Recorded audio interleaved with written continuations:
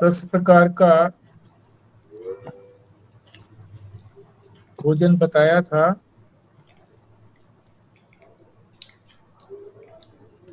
वो जिसको प्रिय है तो उस भोजन को सात्विक कहा जाएगा। देखो, बात तो उखड़ी उखड़ी लगती है कि भोजन के लक्षण को देख करके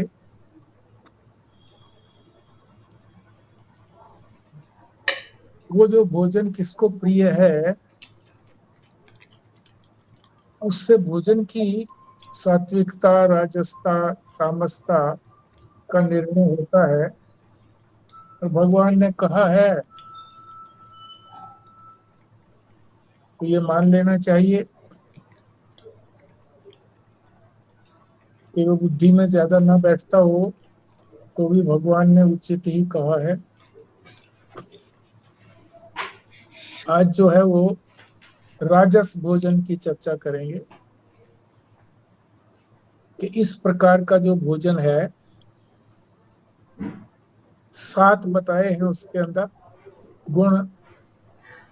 ऐसा जो भोजन है,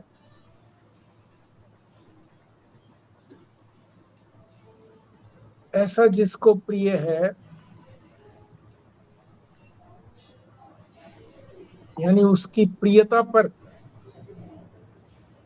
भोजन की राजसिकता का निर्णय किया जाएगा।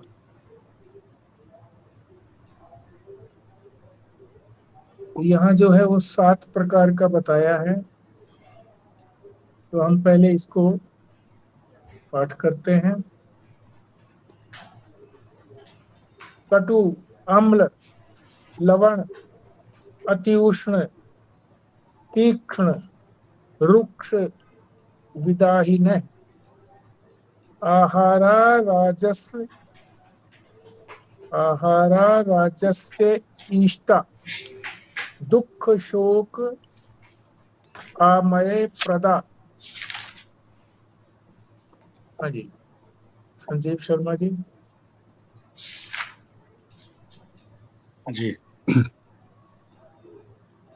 कटवाम्ल लवणात्युष्ण तीक्ष्ण रुक्ष विदाविनहिना आहार राजसस्य इष्टः दुख शोकाम्य प्रदा। भारद्वाज साहब।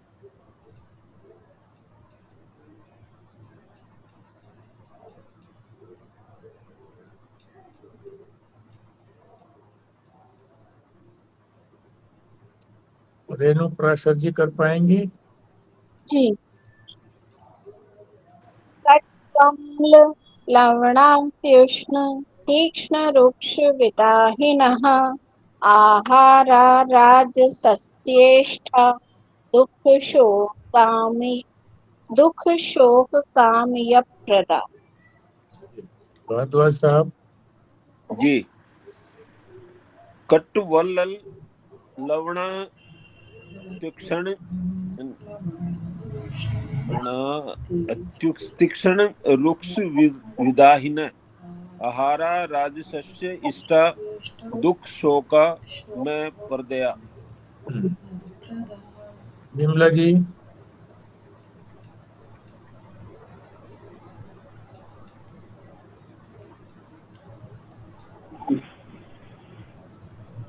कटु अम्ल लवणात्युष्ण तीक्ष्ण रुक्ष विदाहिनः आहारः राजस्य इष्टः दुःख शोकाम्य प्रदः। स्वस्तिका जी। हाँ जी। कट अम्ल लवणायुष्ण तीक्ष्ण रुक्ष विदाहिनः आहारा राजस्येष्टा दुख शोकम यप्रदः। पुराना जी। कट्वम्ल लवणात्युष्ण तीक्ष्ण रुक्ष विदाहिना आहारा राजस्य इष्टा दुख शोकाम प्रदा। ओ ठीक।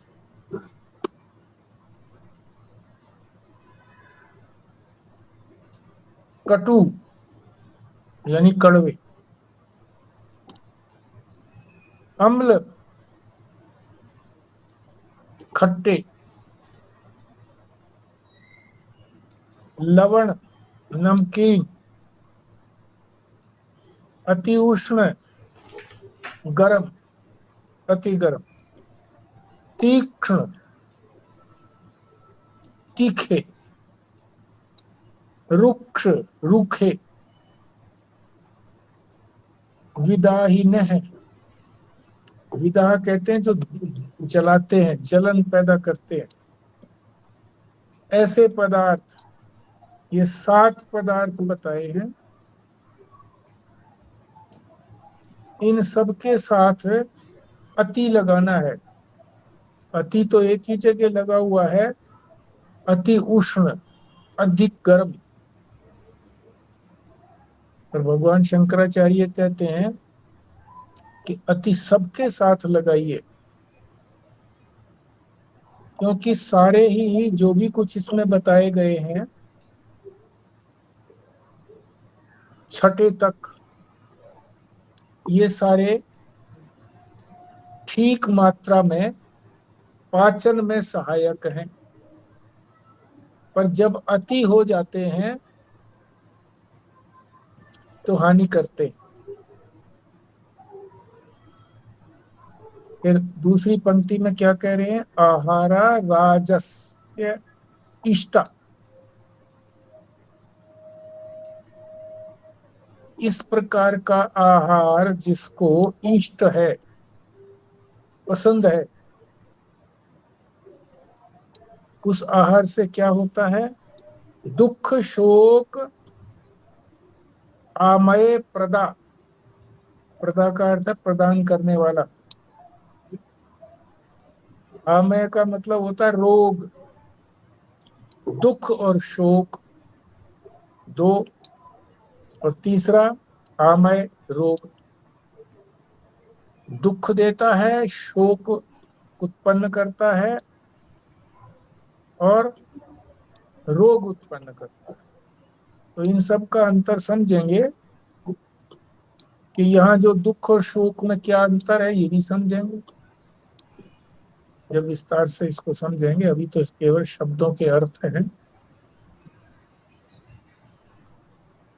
भगवान ने पहली पंक्ति में के बीच में अति शब्द रखा है, जिसे भाष्यकार ने, यानी भगवान शंकराचार्य ने, उनको भाष्यकार भी कहते हैं, कि उन्होंने सभी उपनिषदों पर, गीता पर, ब्रह्म सूत्र पर भाष्य लिखे हैं।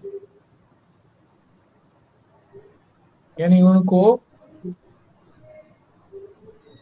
भाष्य तो अंग्रेजी में की, उसमें हिंदी में, संस्कृत में किया है, और वो समझने योग्य किया है। जहाँ कोई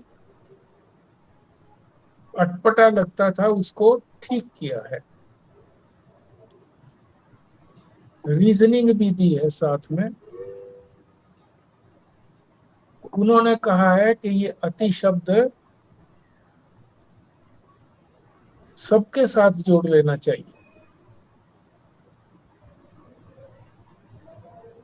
राजस भोजन में सबसे पहले अति कटु भोजन को बताया, जैसे कड़वा नीम। इसका मतलब ये है कि कड़वा नीम या मीठा नीम भी होता होगा कहीं ना कहीं। अटू के द्वारा, अति कटु के द्वारा बताया कि सामान्य कटु तो शरीर के लिए आवश्यक है। इसलिए आवश्यक है कि कड़वी चीजें रक्त विकार को दूर करती हैं। खाते भी हैं लोग। मार्च के महीने में जब नीम के अंदर नई नई कोपले निकल आती हैं कच्ची कच्ची, तो उसको तोड़ करके लोग खाली पेट खाते भी हैं, ताकि कोई भी रक्त विकार हो तो वो ठीक हो जाए।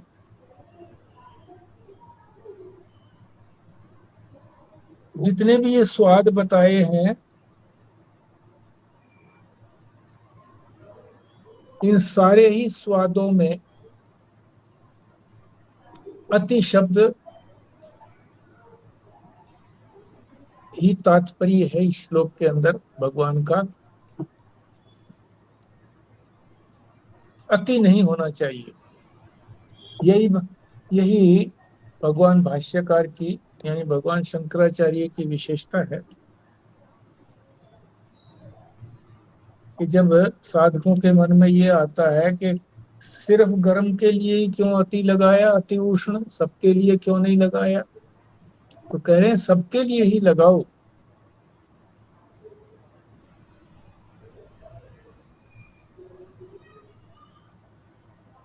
सात्विक आहार में रस्या कहा था, पीछे जो हमने कल समझा था, रस्या रस वाला, पिछले श्लोक में बताया था। 6 प्रकार के रस बताए हैं आयुर्वेद के अंदर, षड रस। परंतु फिर भी मधुर रस के बारे में कहा है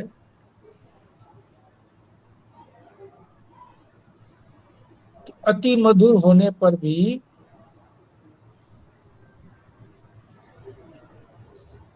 सात्विक ही रहेगा भोजन, ये राजसिक और तमोगुणी नहीं बनेगा।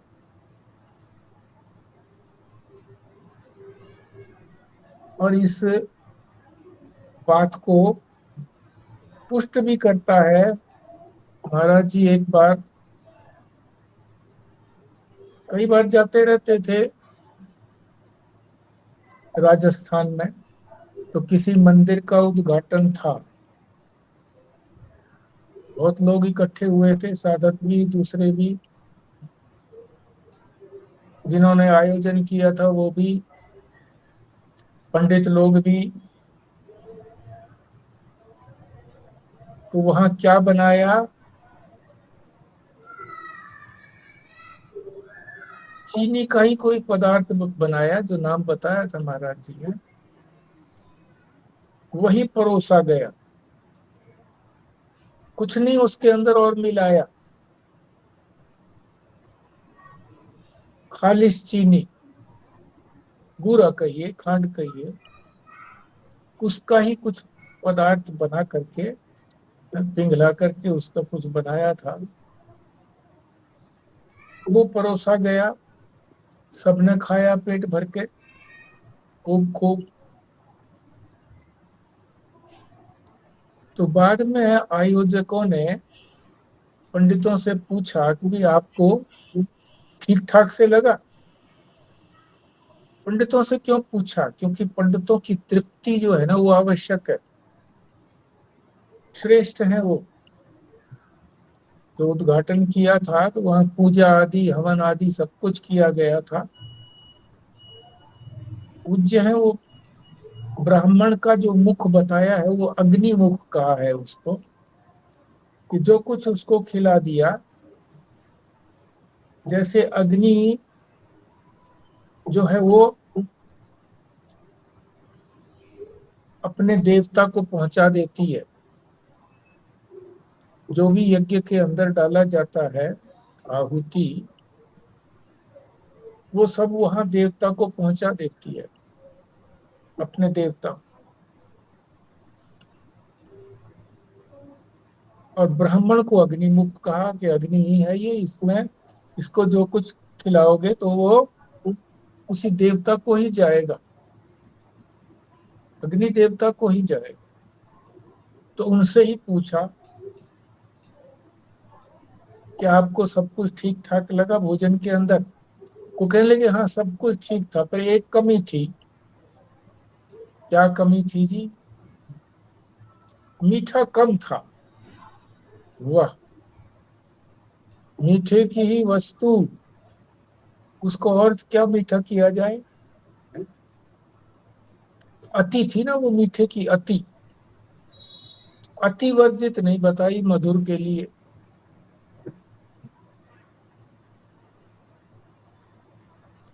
मीठे में अति नहीं होती, मधुर रस के लिए अति नहीं है। अन्य रसों को तो कह सकते हैं कि अति नहीं होना चाहिए। अति मधुर को कहना तो चाहिए था कि रजोगुणी भोजन है या तमोगुणी भोजन है, नहीं कहा।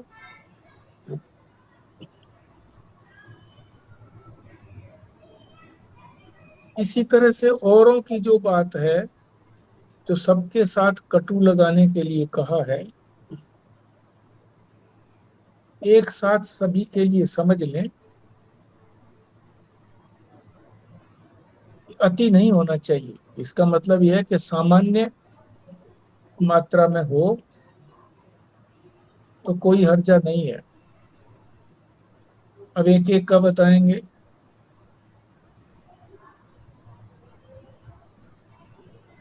यह बताया है कि कषाय को छोड़ करके, कषाय और जितने भी रस हैं, 5 रस, कटु, अम्ल, लवण, तीक्ष्ण, विदाही, जो 5 रस हैं वो अति होने पर राजस माने जाएंगे, अति हो जाएगी तो।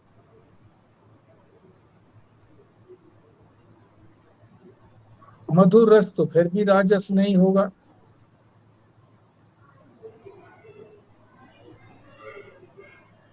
अति कह करके ये बताया है कि किंचित खट्टे, थोड़े खट्टे पदार्थ जो है वो तो सात्विक भोजन के विरुद्ध तो है नहीं।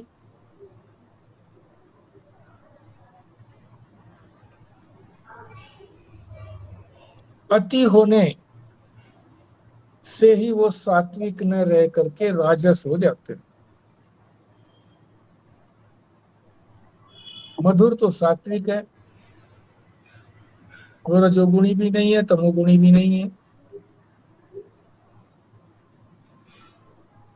अति कटु जैसे नीम, अति अम्ल या अति खट्टा जैसे नींबू।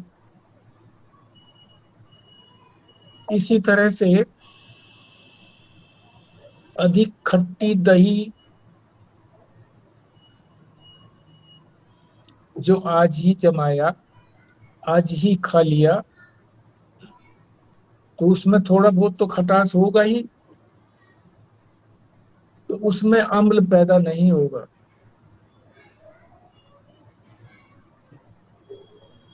और आज का जमाया कल खाया तो खट्टा हो जाता है, क्योंकि वो जो क्रिया है, जमाने वाली क्रिया, अंदर जो कीटाणु है उसमें जो जमाते हैं दूध को, वो क्रिया चलती रहती है, तो अति हो जाती है खटाई खट्टी। इसीलिए कहा है खट्टी दही नहीं खानी चाहिए। दूसरा ये भी कहा है सायंकाल नहीं खानी चाहिए, दोपहर में खाइए, कितना ही खाइए, लस्सी पिए दोपहर को, बहुत अच्छा बताया है, पेट भर के पीजिए। दक्षिण के एक बहुत बड़े आयुर्वेदाचार्य हुए हैं, उनका, उनके ग्रंथ का उदाहरण दे करके, एक कौन थे, उनका तो शरीर पूरा हो गया, मार दिया गया उनको, उनके भाई जो है ना, उन्हीं के प्रवचनों को बताते हैं। आप लोगों को किसी को याद हो, क्या नाम है उसका,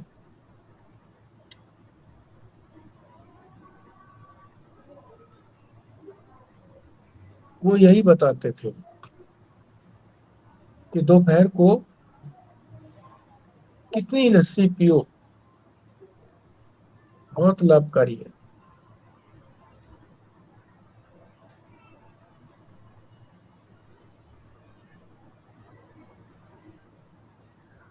इसी तरह से कटु जो है वो रक्त के विकार को दूर करता है। अम्ल, अम्ल का मतलब है एसिडिक, भोजन को पचाने में मदद करता है, क्योंकि पेट में भी हमारे जहां भोजन प्रारंभ के अंदर जाता है वहां भी एसिड बहुत होती है, अम्लता बहुत होती है, जो भोजन को पचाती है। हमारे मुख से लेकर के आंतों तक विभिन्न प्रकार के रस निकलते रहते हैं और वो अपनी अपनी क्रिया करते रहते हैं।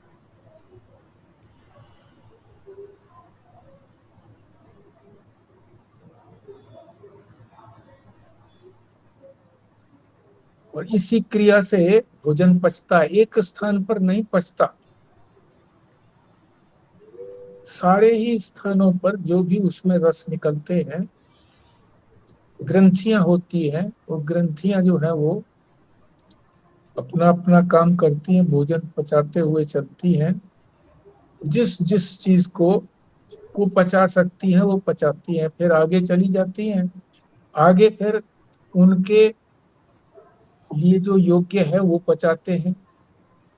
इस प्रकार से भोजन पचता है।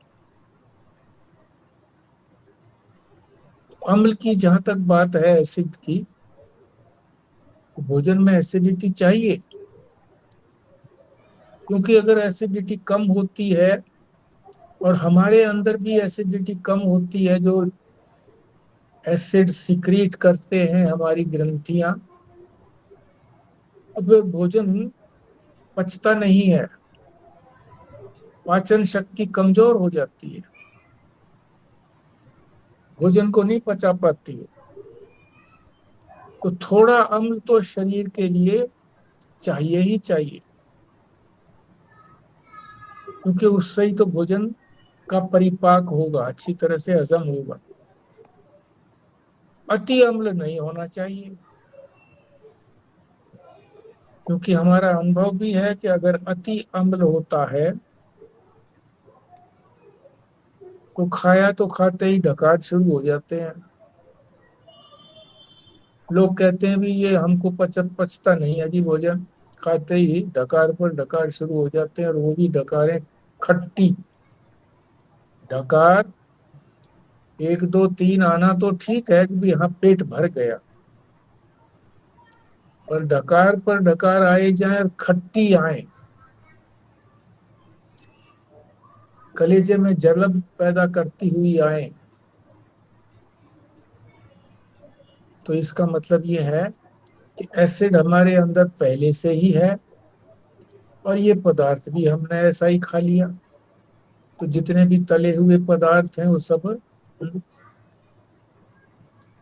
एसिडिक पैदा करते हैं। मिर्च आदि हैं, अधिक खट्टे पदार्थ, सीमित मात्रा में अगर खटाई होती है पदार्थों में तो पाचन में उपयोगी है।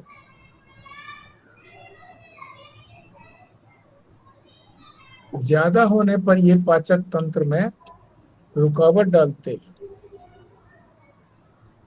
और ऐसा भी है कि कटु किसी के लिए तो ठीक है, और वही भोजन दूसरा खा लेता है तो उसके लिए ठीक नहीं है, हानिकारक है। इसी तरह से आगे लवण की बात करें, नमक, शरीर के अंदर बहुत बड़ा हिस्सा हमारा नमक का है, सोडियम क्लोराइड। और जो आधुनिक लोग हैं, वैज्ञानिक हैं, वो तो कहते हैं कि ये जो वैज्ञानिक हो या आधुनिक हो, बिना किसी प्रमाण के, कि हमारा जो शरीर बना है ये समुद्री नमक जो समुद्र के अंदर नमक होता है, वहीं से हमारा जीवन प्रारंभ हुआ है। पहले कुछ बना, फिर मछलियां बनी, फिर कुछ और ऊपर बना, धीरे धीरे इस तरह से बनते चले गए, ऐसा करते। इसलिए नमक शरीर के लिए स्वाभाविक है, बहुत जरूरी है। सोडियम क्लोराइड, सोडियम क्लोराइड यानी नमक अगर कम हो जाता है तो चक्कर आने लगते हैं, बैलेंस बिगड़ता है। एक बार मेरा ही अपना अनुभव है, किसी ऑपरेशन के अंदर खून बहुत बह गया,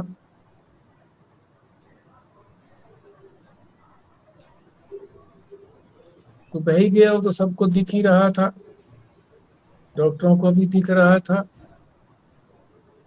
पर एक चीज की कल्पना वो नहीं कर सके। मैंने तो वो अपना लक्षण बताया कि मैं बैठा, और एकदम मेरा सिर जो है जाकर के दीवार पे टकराया, बैठे बैठे ही बेड के ऊपर। एक क्षण के लिए मुझे कुछ पता नहीं रहा, तभी तो सिर टकराया, नहीं तो सिर को संभाल के रखता है व्यक्ति। तो ये लक्षण जब डॉक्टर को बताया तब समझ में आ गया उसको। तुरंत इमरजेंसी में टेस्ट के लिए भेजा गया, इलेक्ट्रोलाइट बैलेंस के लिए। इलेक्ट्रोलाइट, सोडियम, पोटाशियम, इनको इलेक्ट्रोलाइट कहते हैं। तो सोडियम बहुत कम निकला, रिपोर्ट जल्दी आ गई फटाफट, with in a few minutes कहिए, आधा घंटा कहिए, तुरंत जो था सोडियम साल्ट की बोतल चढ़ाई, अगले दिन नाप करके देखा, ठीक आया। तो सोडियम बहुत जरूरी है, कम कम सोडियम होगा तो नर्व्स वगैरह जो है ना, नसें वगैरह, न्यूरोलॉजी की प्रॉब्लम भी कई बार नमक कम होने से न्यूरोलॉजी की प्रॉब्लम होती है। नमक पूरा हो जाए तो ठीक हो जाता है। इसी तरह से लूज मोशन हो गए, बहुत पानी निकल गया, उसके साथ सोडियम भी निकल गया, पोटाशियम भी निकल गया। तो इसीलिए तो डॉक्टर लोग बताते हैं कि इलेक्ट्रॉल पीना चाहिए। और जहाँ इलेक्ट्रॉल नहीं मिलता जंगल में, तो नमक और चीनी मिला करके दोनों बैलेंस हो जाते हैं, पीजिए, नींबू डाल लीजिए उसमें।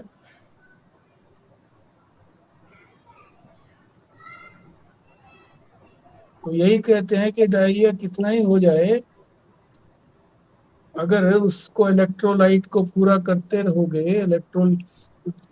इलेक्ट्रोल पीते रहोगे, इलेक्ट्रॉल, तो कोई खतरा नहीं है। पानी की कमी होती है तभी हॉस्पिटल में भागना पड़ता है। अधिक के लिए हानिकारक बताया है। बताइए आप सब लोगों को कि ज्यादा नमक खाना बंद कर देते हैं जब जिसको ब्लड प्रेशर होता है,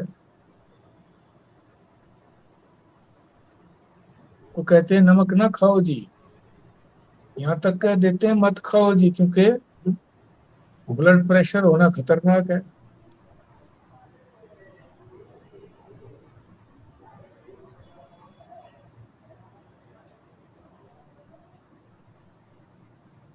सामान्य मात्रा में ले लेना चाहिए।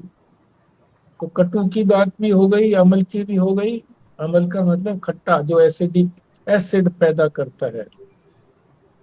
ज्यादा एसिड पैदा करने वाले पदार्थ नहीं खाने चाहिए, ज्यादा कटु भी कड़वे भी नहीं खाने चाहिए। कड़वे ज्यादा खाए भी नहीं जाते, जैसे करेला आदि है। तो इसीलिए उसको हमारी परंपरा में ही उसको छील करके नमक लगा करके रख देते हैं सुबह से शाम तक। तो फिर उसको पकाया जाता है तो कड़वापन भी कम हो जाता है। कुछ वो घी में ही पकाए जाते हैं, तो घी भी जो है वो कड़वापन को कम करता है। घी तो सभी चीजों को कम करता है। मिर्च मसाला भी ज्यादा हो किसी में, घी डालो, कम हो जाएगा,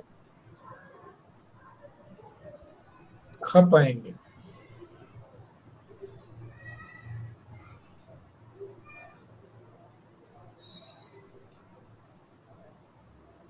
तो आमतौर से लोग जो हैं जिस जैसा जैसा बनाते हैं, घर के अंदर परंपरा होती है खाने की, वैसा ही लोगों का टेस्ट भी डिवेल्प हो जाता है। टेस्ट तो डिवेल्प हो जाता, वो अलग बात है, पर वो हानि करेगा कि नहीं करेगा। शरीर के अंदर एडजस्टेबल पावर बहुत होती है। धीरे धीरे किसी पदार्थ को वो खाना शुरू करो तो शरीर उसको एडजस्ट कर लेता है, उसी को ही कह देता है ठीक है, ये ठीक है। नमक की ही बात ले लो, बहुत लोग जो है ना नमक को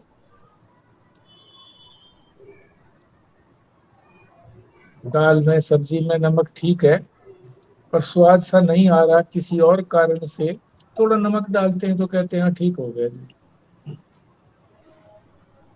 धीरे धीरे 2-4 बार इसी तरह से डालने लगते हैं तो फिर जो बाद में डाला है वही नॉर्मल बन जाता है उनका, फिर और डालना पड़ता है उनको। जो दूसरे लोग हैं उस भोजन को जो नहीं करे हैं, किया है, वो कहते हैं अरे तुम तो नमक बहुत खाते हो। और जो खाने वाले हैं जिस परिवार में इस तरह से नमक खाना ज्यादा बढ़ गया है, वो कहते हैं तो ठीक है नमक तो चलो आपके लिए ज्यादा है, हम आगे से देखेंगे। तो धीरे धीरे व्यक्ति स्वयं निर्णय करता है कि मुझे कितने नमक वाला खाना चाहिए। क्यों करता है? क्योंकि कोई बीमारी ऐसी है जैसे हार्ट वगैरह की जो हो गई, तो नमक कम खाने को कहा जाता है उनको। शुगर की बीमारी किसी को हो गई तो यद्यपि शास्त्र ने तो बताया है कि कितना ही मीठा हो फिर भी वो तामसिक नहीं बनेगा। तामसिक तो नहीं बनेगा, पर अपने बीमारी के अनुसार डायबिटीज किसी को है तो उसको नहीं खाना चाहिए, क्योंकि पहले से ही उसको शुगर को खत्म करने के लिए, न्यूट्रलाइज करने के लिए उसका यंत्र कमजोर हो गया है।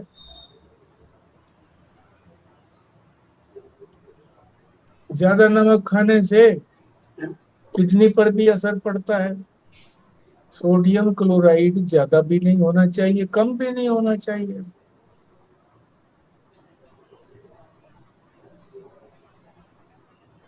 मेरा अपना सोडियम क्लोराइड जब भी टेस्ट कराता हूँ हमेशा कम निकलता है।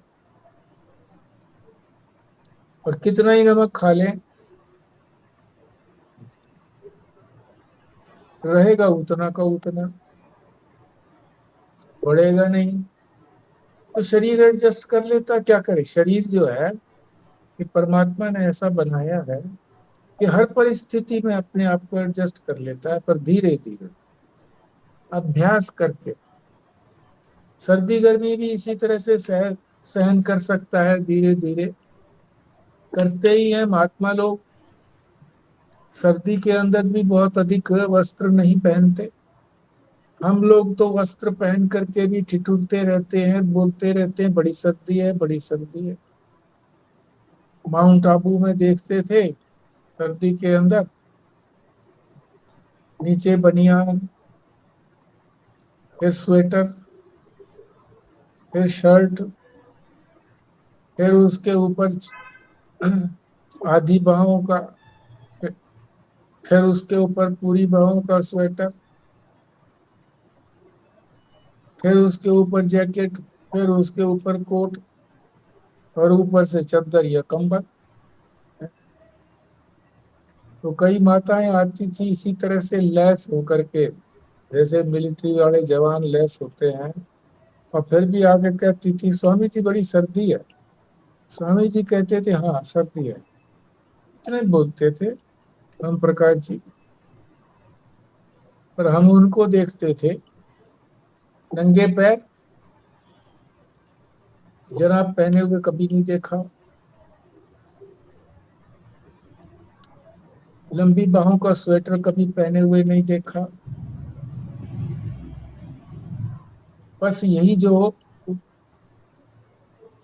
अंग वस्त्र जो ऊपर नीचे पहनते हैं, इसी को थोड़ा सा सिर के ऊपर डाल लेते थे, और कभी कांपते हुए नहीं देखा।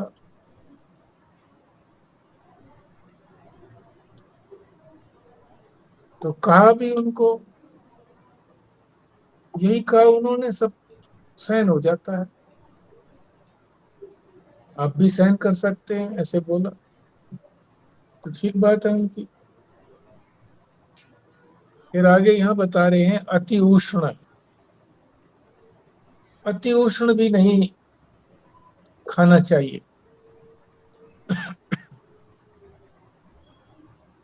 धर्म सूत्रों में ये तो बताया है कि भोजन तो गर्म होना चाहिए,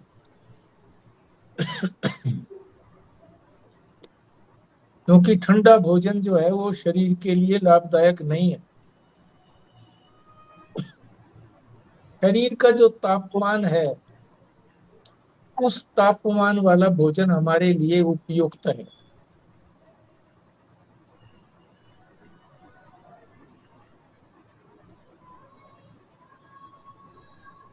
वो जल्दी पचने लगता है। यदि अधिक तापमान वाला होगा तो शरीर को पहले उस लेवल तक लाना पड़ेगा,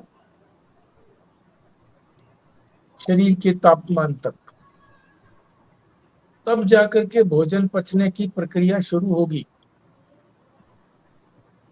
और उस लेवल तक लाने में शरीर की एनर्जी खत्म होगी।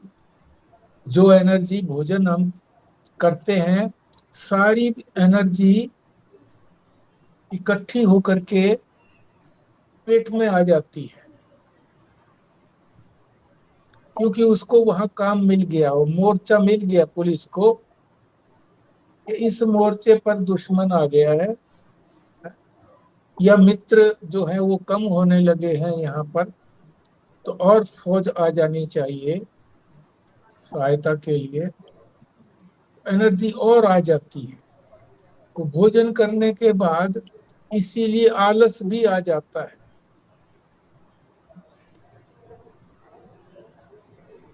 नींद सी आने लगती है, सो जाओ। क्यों? कि जो एनर्जी सारी शरीर में बिखरी हुई थी, मस्तिष्क में भी जो थी, वो मस्तिष्क वाली भी एनर्जी यहाँ पेट में आ गई। तो पेट में आ गई तो वो मस्तिष्क जो है ना, फिर वो वहीं से तो नींद शुरू होती है। वही तो सेंटर है सारे शरीर को चलाने वाला, मस्तिष्क।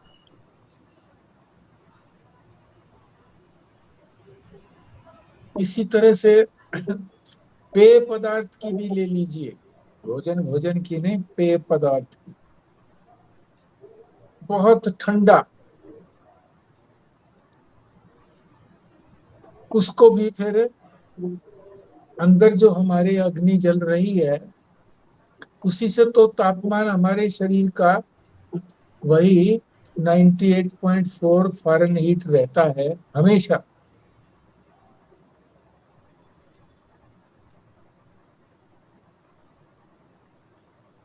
गर्म पानी पी भी लें हम, तो 5 मिनट के बाद अगर थर्मामीटर से देखेंगे तो उतना ही मिलेगा। अग्नि के आगे भी बैठ जाएंगे तो कुछ देर वहां से हटने के बाद, 5 मिनट के बाद मुंह में थर्मामीटर लगा के देखेंगे तो वही 98.4 नॉर्मल। तो शरीर को एडजस्ट करना पड़ता है। तो बहुत अधिक ठंडा हो हाँ आज तो वो अग्नि जो है वो मध्यम पड़ जाती है, जो अंदर होती है उसको गर्म करने में उसको शक्ति लगती है। इसीलिए कहते हैं कि अधिक ठंडा नहीं पीना चाहिए, नॉर्मल पानी। और आजकल तो आधुनिक लोग तो सर्दी के अंदर भी आइस कोल्ड है, कोका कोला आदि पेय पदार्थ पीते हैं, आइस कोल्ड चाहिए जी। ये तो कम ठंडा है। जैसे राजस्थान वाले कहते थे जी मीठा कम है, ऐसे ही आइस कोल्ड नहीं है तो रे कम ठंडा है। बोलो। इसी तरह से चाय पीते हैं आप जो लोग आजकल, जलती हुई चाय 2 मिनट में खत्म कर देंगे। हमारे जैसे प्रतीक्षा करते रहते हैं कि कब ठंडी हो तो हम शुरू करें।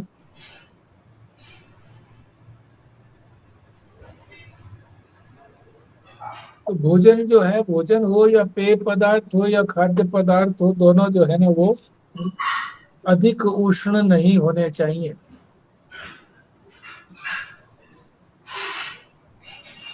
भोजन एक पहर जो रखा हुआ भोजन है, एक पहर 2.5 घंटे का होता है, एक पहर।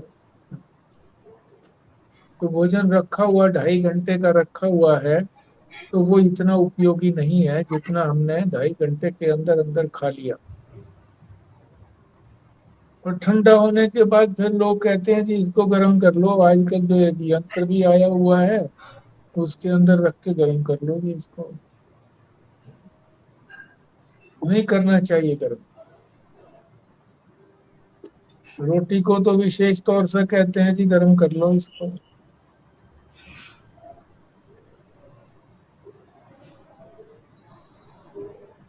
उपयोगी नहीं है।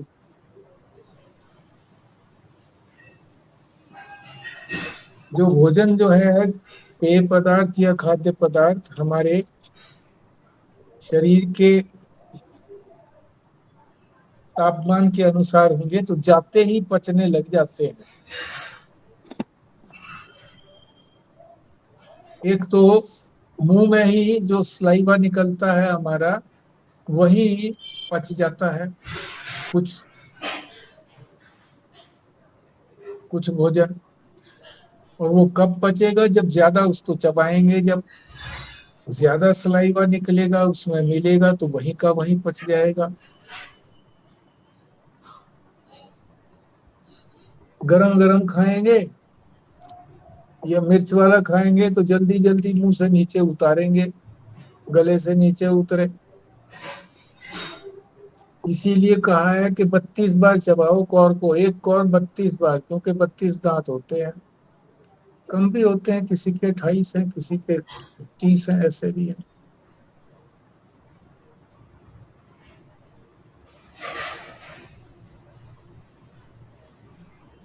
इसीलिए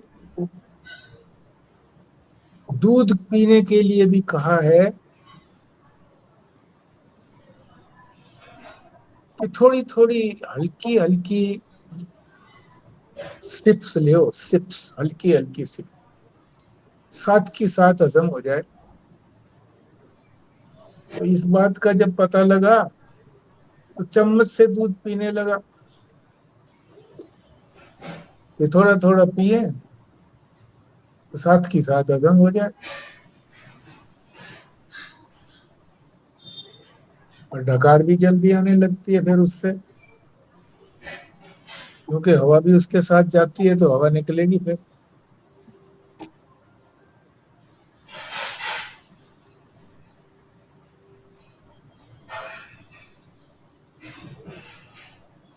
बहुत सी चीजें जो है ना वो पेट में नहीं पचती, क्योंकि वहां एसिड होती है, तो दूसरी चीजें वहां नहीं पच पाती। तो वो नीचे जब आंतों में आती है तो आंतों में एसिडिटी बहुत कम होती है, ना के बराबर होती है, तो वो पदार्थ वहां पर पचते हैं।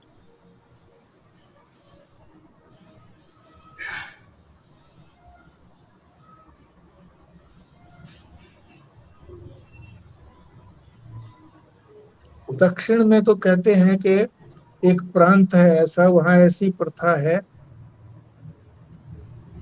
कि कौर को लिया, जो भी कुछ उसमें मिलाना है, सब्जी है, दाल है, जो भी कुछ है, उसको मिलाया, सीधा गले में डालकर निगल लिया। तो जो जो चीजें जहाँ पचनी होती है वहां तो मतलब ही नहीं रहा फिर।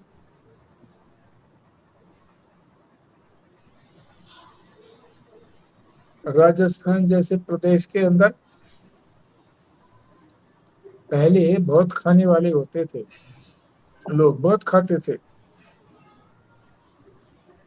100 मोती चूर के लड्डू खा जाते थे। महाराज जी की प्रत्यक्ष की बात है, क्योंकि राजस्थान में बहुत बार जाना होता था। चबाकर नहीं खाते थे, निगल जाते थे। चबा के खाने में देर लगेगी, उसके साथ और मिलके जाएगा, मात्रा बढ़ जाएगी, सीधा डालो।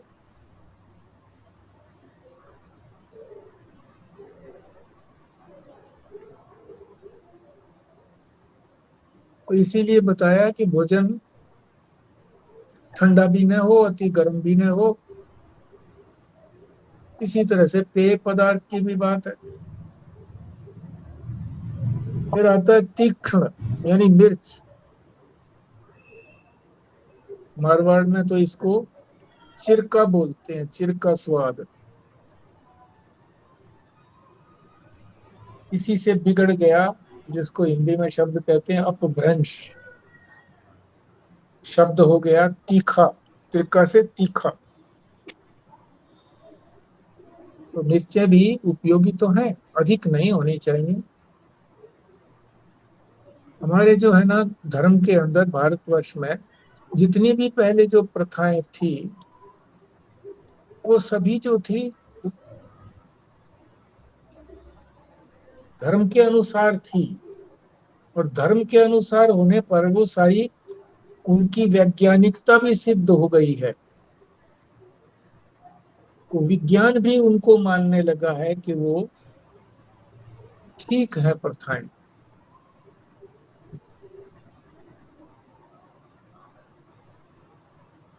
रुक्ष है आगे, रुक्ष। तीक्ष्ण की बात तो आ गई मिर्च की। और लाल मिर्च नहीं, हरी मिर्च खाई जा सकती है, क्योंकि उसमें जो विटामिन वगैरह होते हैं वो लाल में नहीं हो पाते।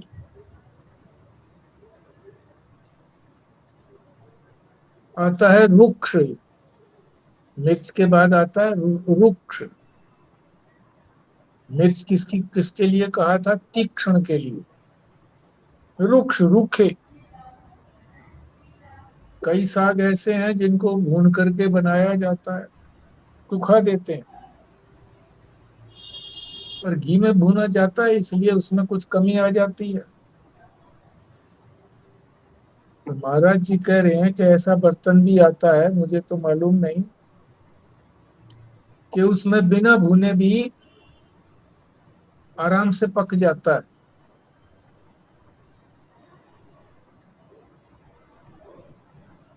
ऐसा सूखा भोजन खाने से शरीर भी जो है वो, उसमें जो है ना स्निग्धता नहीं रहेगी, सूख जाता है।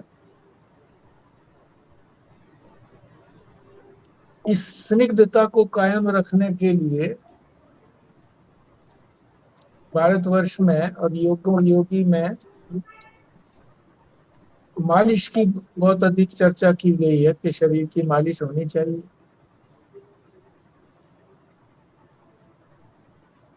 सर्दियों में सरसों के तेल की, गर्मी में नारियल के तेल की। सर्दियों में नारियल का तेल से मालिश करेंगे शरीर पर तो वो जम जाएगा। बालों में लगाएंगे तो बाल जमे जमे रहेंगे।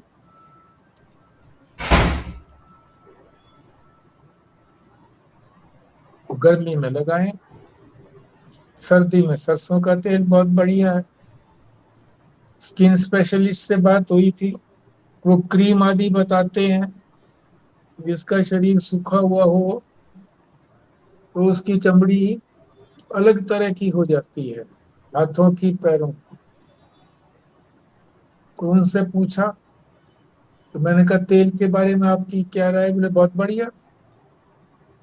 इसी तरह से बताया, सरसों का और नारियल का तेल, कोई जरूरत नहीं क्रीम आदि लगाने की,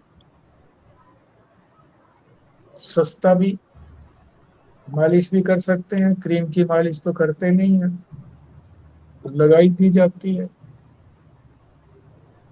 फिर आता है विदाही। विदाही जलन जो पैदा करते, जैसे राई। अब वो किस में डाली जाती है? गाजर का जो बनाया जाता है, पानी बनाया जाता है, उसमें राई डालते हैं। राई, सरसों आदि।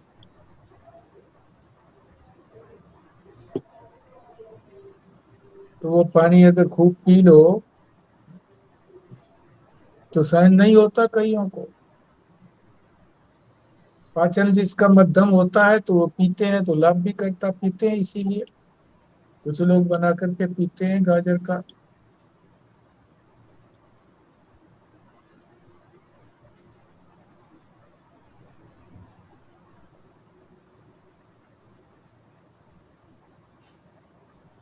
जितने भी ये स्वाद बताए हैं सब थोड़ी मात्रा में सुख भी देते हैं, प्रीति भी बढ़ाते हैं भोजन के प्रति।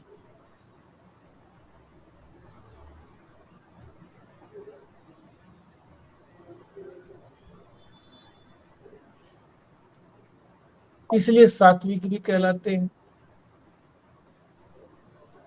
अति होने पर राजस हो जाते हैं।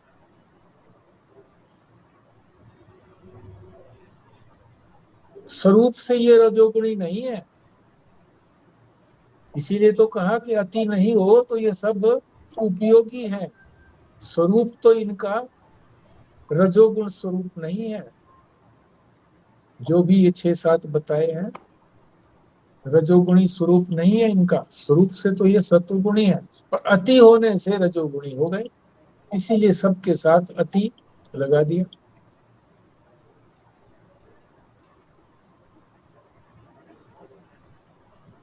तो जिसका स्वभाव, जिसकी स्वाभाविक प्रवृत्ति रजोगुणी है, उसको इस तरह के अति वाले पदार्थ, अति खट्टे, अति स्वाद जितने भी बताए हैं ये वाले पसंद होते हैं। अति गर्म आदि, अति कटु है, ये पसंद होते हैं। तो पसंद से ही, यानी व्यक्ति की प्रियता से ही अनुमान लगाया जाता है कि ये भोजन जो है ये सतोगुणी है, रजोगुणी है, तमोगुणी है। भोजन अपने आप में कोई सतोगुणी रजोगुणी नहीं होता।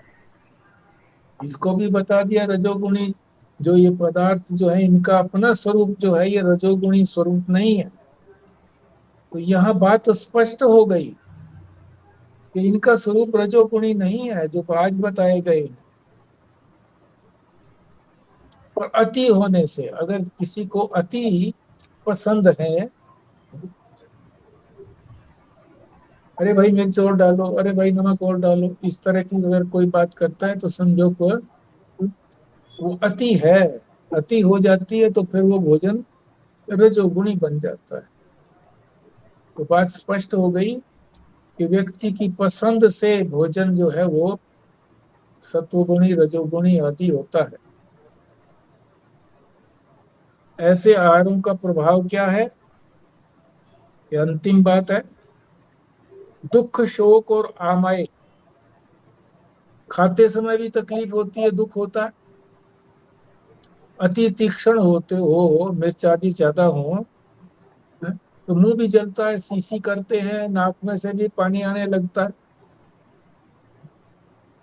खाने के बाद भी तकलीफ होती है। क्या तकलीफ होती है? दुख नहीं, शोक।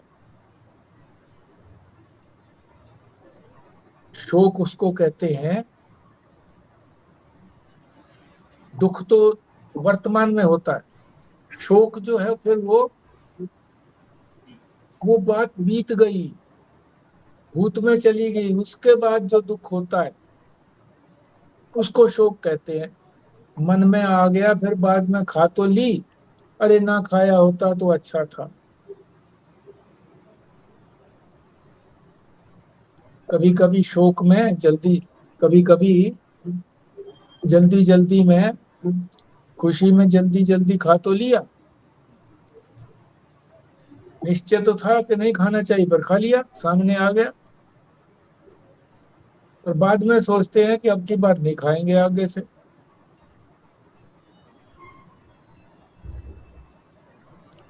समय आने पर फिर खा लेते हैं, क्योंकि राजस प्रकृति स्वभाव है उनका, राजस प्रकृति। आमय अर्थात रोग पैदा करते हैं। राजस भोजन जो है वो रोग पैदा करता है, इसलिए नहीं खाना चाहिए। दुख भी देता है, शोक भी पैदा करता है, बाद में करता है। मिर्च आदि बहुत खा लो, जब शौच जाते हैं तब भी पता लगता है कि देखो ये मिर्च ज्यादा खाई थी ना आज, आज गोलगप्पे खूब खाए थे ना मिर्च वाले, और डालो इसमें, और डालो, तो अब पता लग रहा है शौच जाते समय। उसको शोक कहते हैं। तो ये हमारा रजोगुणी भोजन इस प्रकार से समाप्त हुआ। समय भी हमारा संपूर्ण हो गया। आप कुछ बोलना चाहें बोलिए। आपको समय दे नहीं दे पाया, गलती है मेरी। हाँ जी।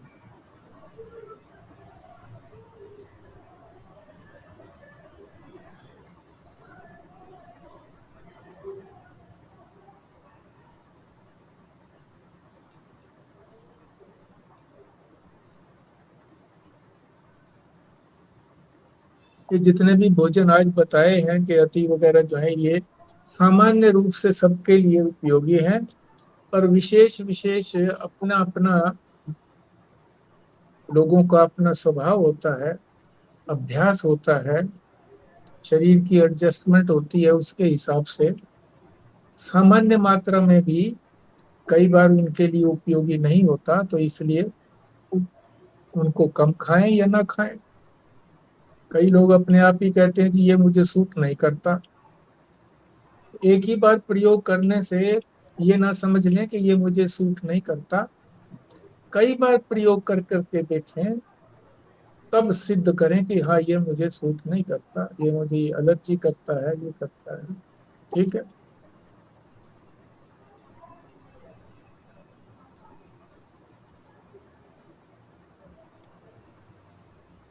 ठीक है, अब पूर्ण आहुति के लिए करिए जी, खाना जी आप करिए।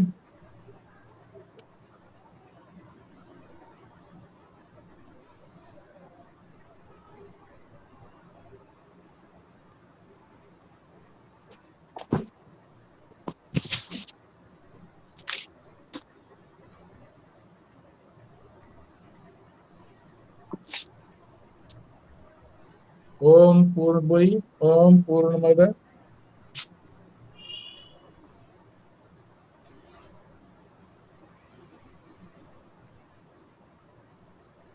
विमला जी आप करिए। ओम पूर्णमदा, ओम पूर्णमदा पूर्णमिदम पूर्णमिदम पूर्णमुदच्यते। ओम पूर्णमदा पूर्णमिदम पूर्णात्यते। ओम शांति शांति शांति। ओम। रेणु जी आप करेंगे।